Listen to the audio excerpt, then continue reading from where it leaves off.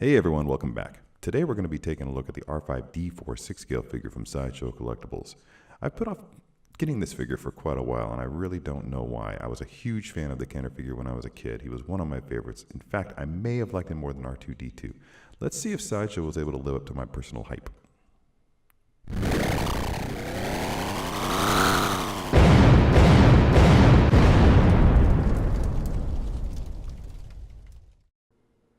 Okay, first things first, my impressions of the packaging. It's really nice that Sideshow's been able to stick with this design over the years. I'm not one to display my boxes, but if I were, I'd be really grateful for that, just to have that sort of uniformity, kind of not quite as distracting as myriad sorts of designs that you see other companies come up with for their figures.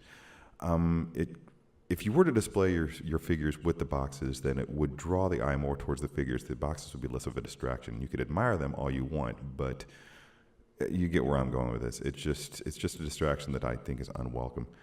But yeah, lovely, minimalist, love it. Keep it up. The figure itself, coming out of the package here, just encased nicely in a little clamshell, just as they always are. First impression, the paint looks really, really solid.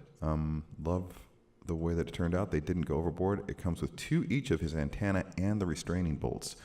They're so tiny, I can only imagine that's in case one would get lost, you would have a backup. That's really considerate. That's not something that you see most companies do. I'm surprised and pleased that they chose to do that. It's a welcome gesture, let's say that. All right, there he is, out of the box. All the accessories out. It's very minimalistic, but then you don't really need much for him. The restraining bolts, they're magnetic. All you have to do is find one of the mini panels that has a metal stripped backing to it and just adhere it there. I don't recall where on his body R5-D4's restraining bolt was, or even if he had one.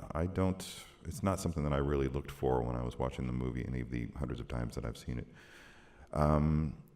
His antenna, there's a nice little keyhole for it up at the top there. Just slide it in. It fits very, very snugly. It doesn't take a whole lot of pressure, just the right amount of pressure. I think it's nicely done there. Pop goes the motivator, and it's a bad one apparently, but not really. It looks really solid. Look at the detail on that thing, man. It just looks so cool. The way you just pull out that middle eye. If you wanted to go back down, you just press it down as I'm doing here until it clicks into place. Just get your finger in there and then shut the lid, and he's back to normal, fully repaired, ready to motivate. Okay, posing and display. When it comes to the droids, they're equal parts complex and simple. Simple in the fact that there's not as many points of articulation as there would be in a regular 6-scale figure with their 30+ points of articulation.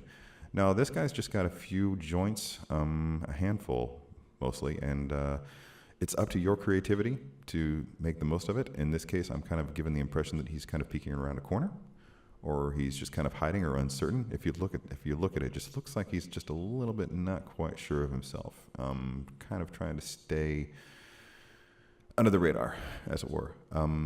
That's one approach that you might take. Of course, he has his mobility strut down there at the bottom that all you have to do is press in, and it pops right out. So that makes him, well, mobile, as the name implies. That gives you a few other more interesting angles to work with. Obviously, the impression is one of motion when that struts out there. He looks like he's ready to motor.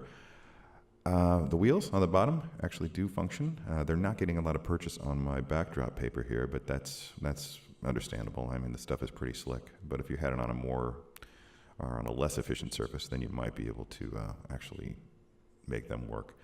Of course, also you have as we mentioned before, we also have the motivator option. If you wanted to have it screen accurate, or if you wanted to pose him, say, with 3PO and Luke, that might be a screen accurate way to do things. Another thing that Sideshow did, and I was surprised because I didn't think that they were going to do this, but they actually left the doors. Obviously, they repurposed the R2-D2 body for this, but they left the doors, even though it doesn't come with all the accessories that R2 would come with.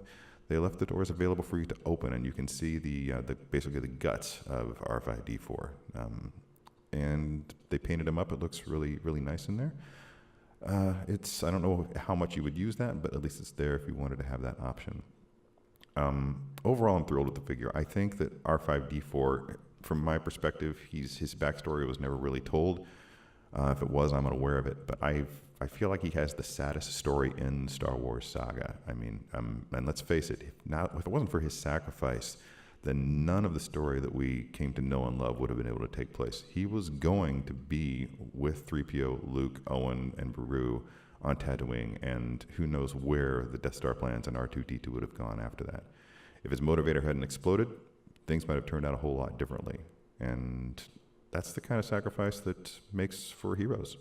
So in that regard, R5-D4 is one of my favorite heroes of the Star Wars saga. Anyway, hope you enjoyed the video. Thanks for tuning in. Leave some comments if you like, and see you next time. Thanks.